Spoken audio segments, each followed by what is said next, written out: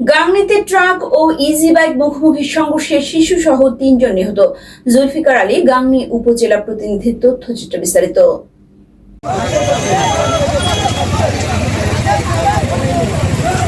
মেহেরপুর কুষ্টিয়া মহাসড়কের গাংনী উপজেলার অলিনগর নামক স্থানে ইজি বাইক ও ট্রাকের মুখোমুখি সংঘর্ষে শিশুসহ ৩ জন নিহত হয়েছেন।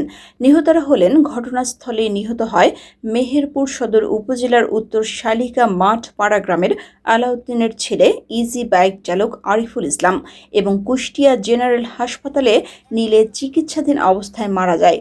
একই গ্রামের মহিমের শিশুকন্যা আফরিন খাতুন ও মাহিমের ভাগ্নে যশোর ঝিকরগাছার সজিবউদ্দিনের ছেলে আকবর হোসেন।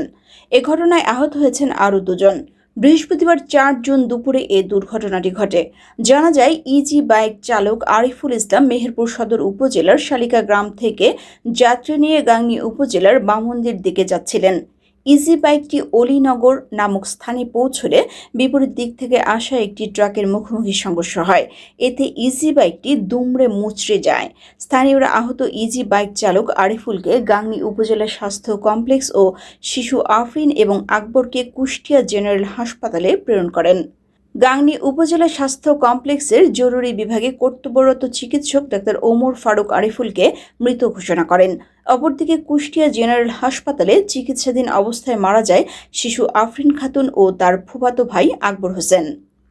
গাংনী থানার ভারপ্রাপ্ত কর্মকর্তা ওসি উত্তম কুমার দাস জানান, দুর্ঘটনা কবলিত ট্রাক, ইজি বাইক ও নিহত আরিফুলের মরদেহ পুলিশ হেফাজতে নেওয়া হয়েছে। পরবর্তী আইনি পদক্ষেপ প্রক্রিয়াধীন রয়েছে বলে জানান।